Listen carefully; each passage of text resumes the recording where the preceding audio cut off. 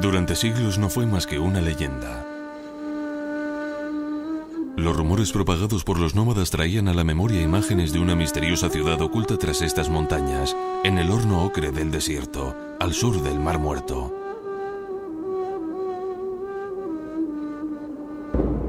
Petra, una ciudad esculpida en piedra, vacía, silenciosa, barrida por los vientos del desierto, guardiana de un fabuloso tesoro o víctima de una maldición.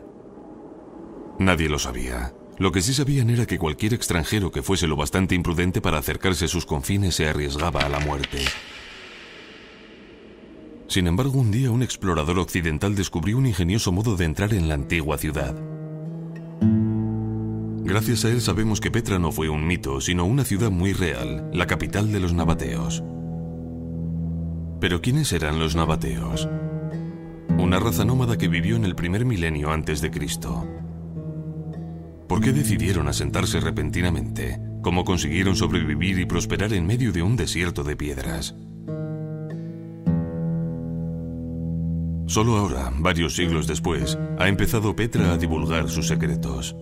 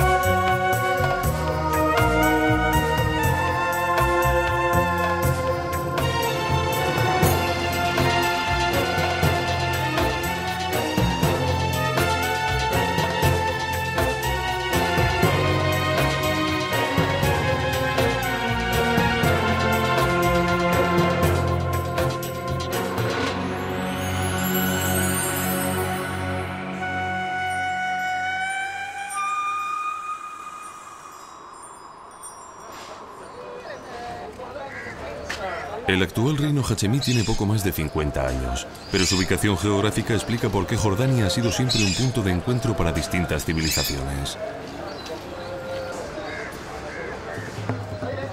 Un viaje por el fértil valle del río Jordán revela los indicios de una larga y prestigiosa historia. Egipcios, hebreos, griegos, romanos y otomanos han dejado aquí vestigios de su presencia.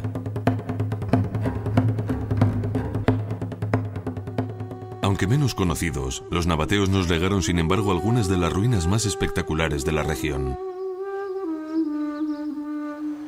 Nuestro equipo ha decidido comenzar su viaje en Aqaba, el antiguo puerto nabateo a orillas del Mar Rojo. La misión tiene 3 objetivos: llegar a Petra siguiendo la ruta nabatea, y luego descubrir el estilo de vida y las creencias de sus gentes, y reconstruir el templo principal de la ciudad. El paisaje cambia tan pronto abandonamos Aqaba. Dentro de poco entraremos en el desierto de Wadi Rum, un desierto de santos, profetas y exploradores.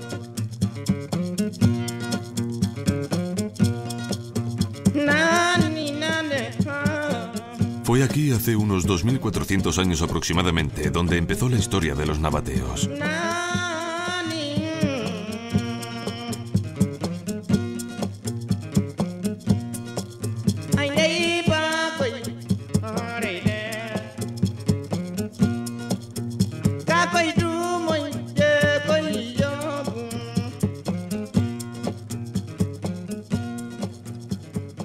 El grafiti tallado en estas rocas testifica la desaparición de una antigua raza, los nabateos.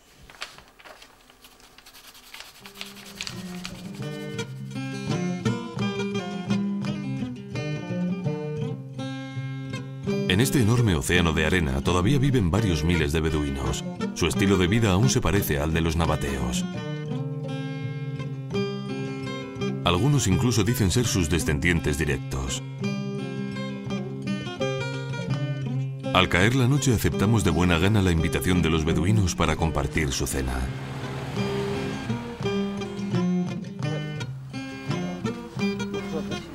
Aprovechamos este encuentro fortuito para preguntarle al cabeza de familia qué sabe sobre el hombre que descubrió la ciudad jordana de Petra en 1812.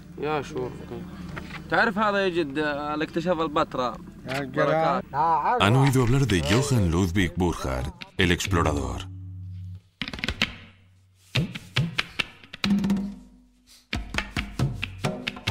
Johann Burckhardt, un espía a tiempo parcial a sueldo de los ingleses, sabía muy bien que a ningún infiel se le permitía acceder a Petra. Por lo tanto, fue como peregrino y bajo el nombre de jeque Ibrahim Abdalá como logró cruzar las puertas de la ciudad. ¿Pero por qué? Incluso sacrificó una cabra sobre la tumba del profeta Aarón, hermano de Moisés. En compañía de su guía, Johann Burckhardt se adentró en el estrecho y sinuoso desfiladero de Sikh, que se extiende a lo largo de más de 2 kilómetros. Antaño atravesado por un río, el Wadi Mousa, el río de Moisés. En algunos lugares tiene poco más de 2 metros de ancho. En el resto de su recorrido sus lados se abren permitiendo el paso de la luz.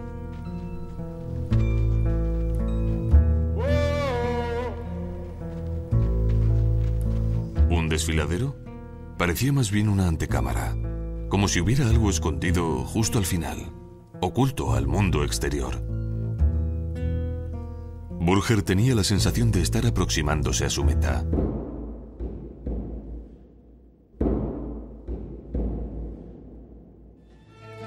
Petra. Y era Petra, la legendaria ciudad de piedra, la capital de los antiguos nabateos.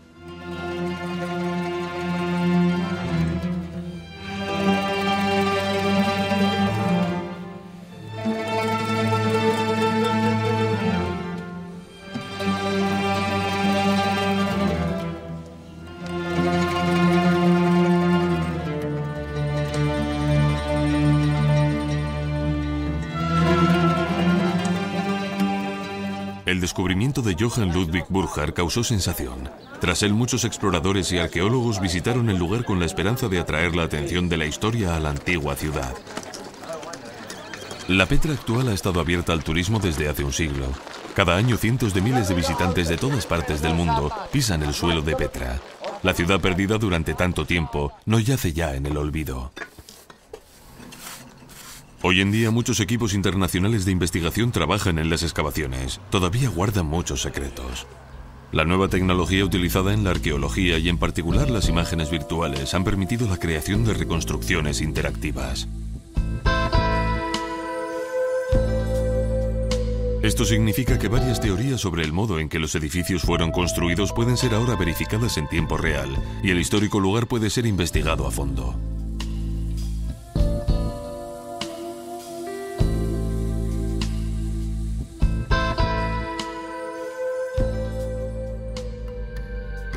Queríamos conocer bien el trazado general de la ciudad, que abarca un área de 15 kilómetros cuadrados. Para ello optamos por utilizar un ala delta motorizado. Con una videocámara incorporada, este aparato nos da la maravillosa oportunidad de ver Petra desde el cielo.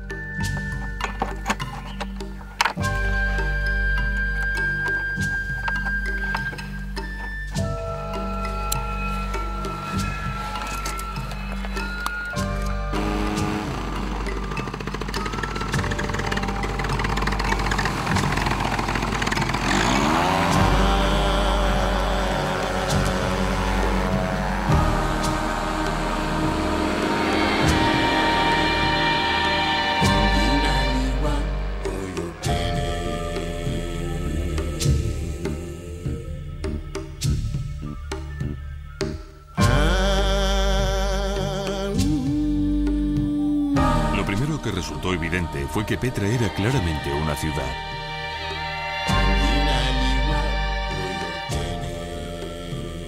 En el momento de su descubrimiento, un gran número de tumbas diseminadas entre las rocas llevó a los investigadores a pensar que era solo una necrópolis.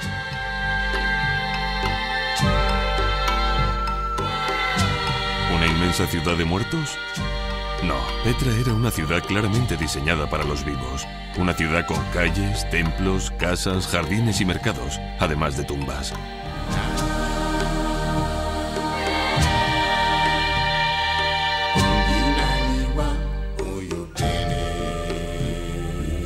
Pero ¿por qué construyeron los nabateos su capital en un enorme y rocoso anfiteatro? Para comprenderlo tenemos que retraernos al principio de la historia nabatea. Se sabe que llegaron procedentes de Arabia en el siglo VI a.C., empujados hacia el norte por un largo periodo de sequía o por sus diferencias religiosas con otras tribus. Pero no tardaron en llegar a dominar la región. ¿De dónde emanaba su poder? La respuesta es sencilla para Marta Yukovsky, cuyo trabajo ha estado totalmente dedicado al gran templo ubicado en el sur de Petra durante los 8 últimos años. En un principio los nabateos eran nómadas y no sabemos con exactitud de dónde procedían, pero decidieron fijar su centro o su capital, como la llamaríamos actualmente, en Petra, porque eran el centro de almacenaje y distribución que controlaba todo el comercio. Desde el centro y el noroeste de Arabia Saudita hasta Petra.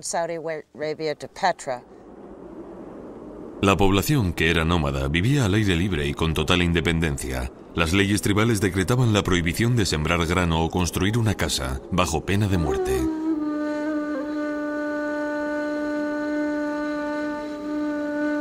Gracias a su gran conocimiento del desierto, lograron controlar las rutas de comercio y dominar el comercio de caravanas entre Arabia y las costas del Mediterráneo. Mirra, incienso, especias, joyas y telas.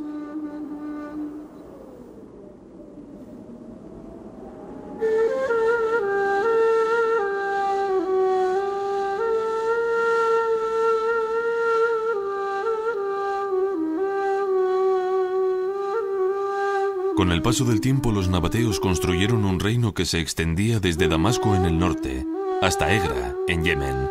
Al oeste se extendía hasta Doumat, en Arabia Saudita. Era la más rica de las tribus árabes. Con los años, muchos pueblos trataron de apoderarse de las riquezas nabateas por la fuerza. Fue para proteger sus posesiones y salvaguardar su independencia, por lo que en el siglo IV a.C., los nabateos decidieron instalarse aquí, dentro de la protección de una ciudadela natural de roca.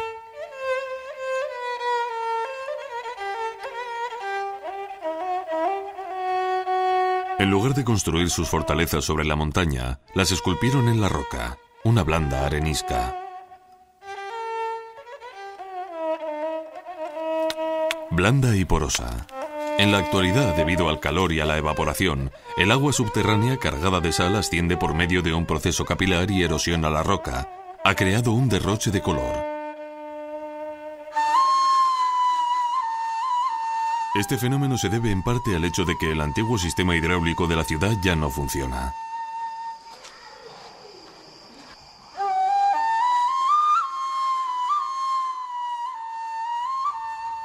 La mayor genialidad nabatea fue su modo de aprovechar el agua. Demostrando un gran ingenio, utilizaron esta cuenca natural para crear un enorme sistema de irrigación diseñado para captar y distribuir el agua de lluvia.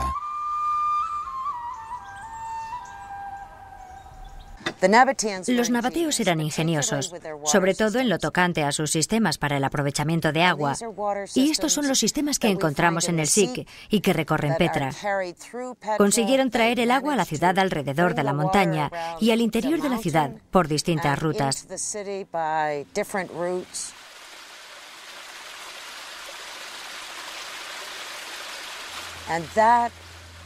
Y eso, en combinación con el agua del Sikh y del Wadi Mousa, le proporcionaba a este pueblo, que en su apogeo llegó a alcanzar supuestamente los 30.000 habitantes, el agua suficiente para regar sus cosechas y mantener a sus animales. Algo que resulta bastante sorprendente al observar la aridez actual de la zona.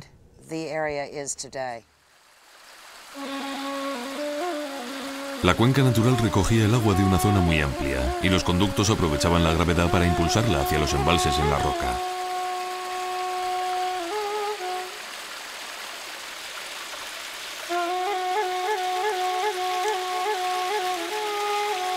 Petra se beneficiaba además de 5 manantiales permanentes. El agua se recogía en grandes embalses que funcionaban como depósitos de agua.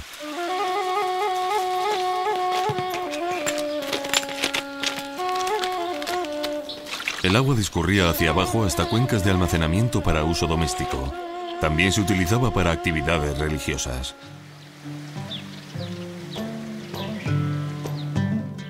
Pero el uso principal del sistema de aprovechamiento de aguas era regar las plantaciones y los labradíos. Está claro que en la antigüedad, Petra era un verde y exuberante oasis. La periferia de la ciudad eran campos rodeados de jardines llenos de sésamo, habas, balsamina y palmeras datileras, y también había casi con toda seguridad viñedos y olivares. Hoy en día algunos de los depósitos nabateos siguen siendo llenados por aguas residuales, y los beduinos los emplean para abrevar a sus rebaños, continuando una tradición de miles de años. Los nabateos abandonaron su vida nómada. Dejaron de vagar para crear una comunidad totalmente establecida. Al principio Petra fue una zona de almacenaje en la que vendían sus productos. Posteriormente se convirtió en una ciudad. Una ciudad de personas que habían sido nómadas y que tenía decenas de miles de habitantes. Y había que alojar a dichos habitantes. ¿Pero cómo? En un principio los primeros habitantes de Petra vivían en tiendas como los beduinos de nuestra época, o en cuevas cuidadosamente esculpidas en la roca, con el interior dispuesto como verdaderas casas.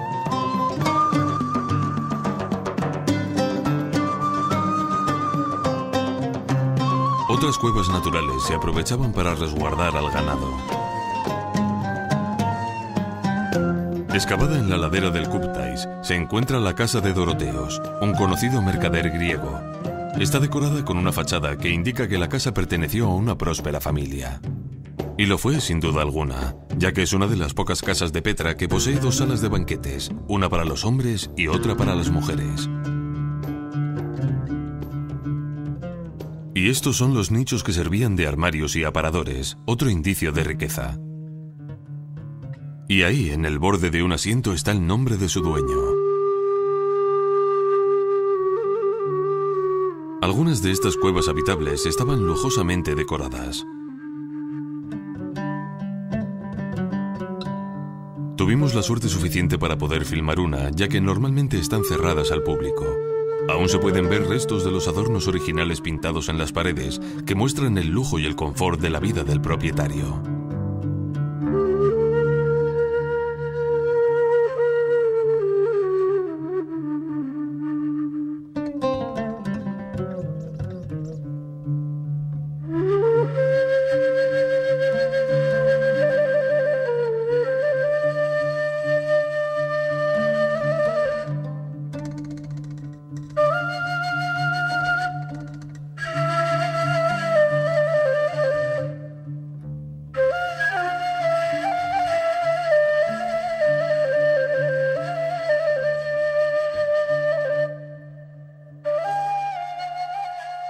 En Petra también se encuentran las ruinas de 4 casas con paredes de construcción, y en su interior se descubrieron grandes cantidades de cerámica. Pero ¿cómo se llegaron a construir dichas casas si sabemos que la tradición nabatea prohibía la edificación de casas de lujo? ¿Qué ocurrió? Tenían que demostrar que habían alcanzado una gran prosperidad y tenían que copiar de todas las grandes ciudades del mundo antiguo, como Antioquía y Alejandría. Y probablemente fuese de Alejandría, de donde importaron a los artesanos que con gran destreza prepararon a personas del lugar para que tallasen los elementos que hoy observamos en Petra. Así, en algún momento, antes de que la ciudad alcanzase su esplendor, debió de haber una cacofonía de miles de cinceles trabajando a la vez, extrayendo piedra de las canteras o construyendo las estructuras de 800 tumbas, etc. Encontramos motivos asirios, egipcios, helénicos. A través del contacto con los pueblos con los que comerciaban, los nabateos enriquecieron su repertorio decorativo y adoptaron nuevas formas de contemplar el mundo. No contentos con trabajar la tierra y construir casas, los nabateos también construyeron templos en honor a sus muchos dioses. No muy lejos del templo sur y de la excavación de Marta Yukovsky se encuentra el Casar el Bint, o Palacio de la hija del faraón.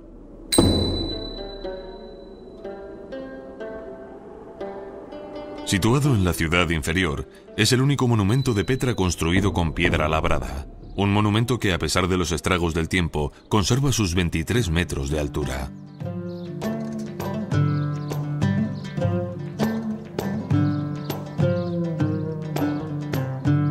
Aunque la decoración es de estilo griego, sigue siendo típicamente oriental. Una enorme estructura rectangular dividida en pequeñas habitaciones, todas comunicadas entre sí. Qasar el-Bint y su explanada, el Temenos.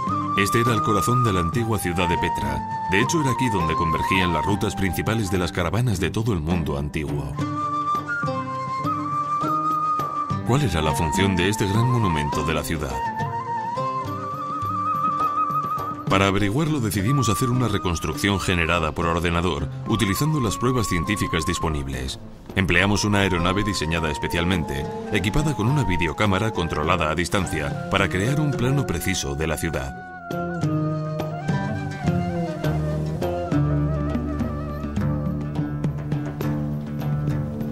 Dicha técnica nos permitió filmar todos los datos arquitectónicos, un método mucho más exacto que verlos desde el suelo.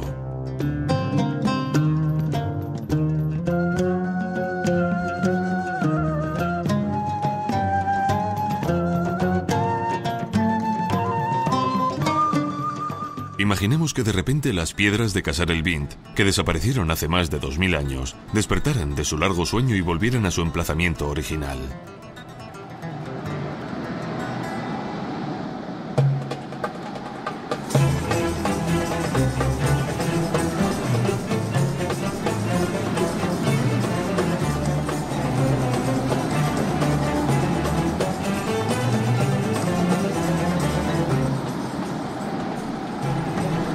Al principio Petra estaba totalmente cubierta con losas de estuco. Antiguos textos revelan que algunas estuvieron cubiertas con oro batido.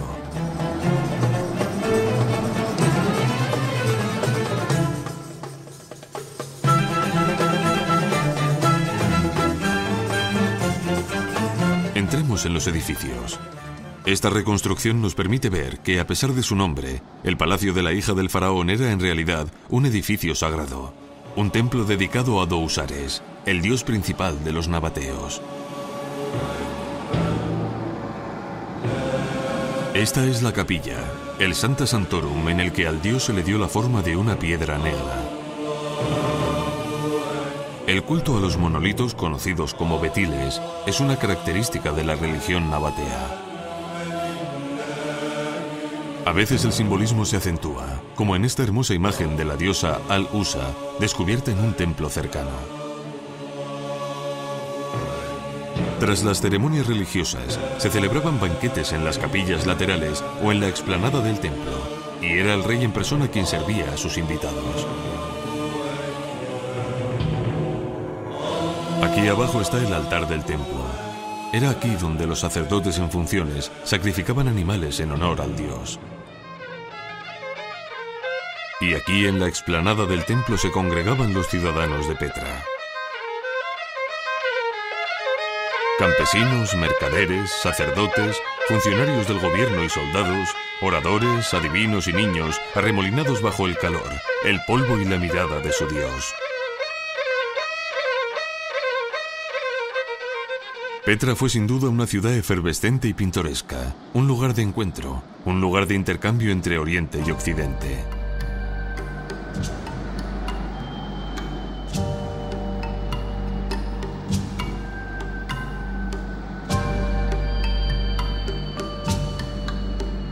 Orgullosos de su independencia, los nabateos resistieron durante mucho tiempo a quienes intentaron conquistarlos, hasta que finalmente sucumbieron ante los romanos en el año 106 de nuestra era.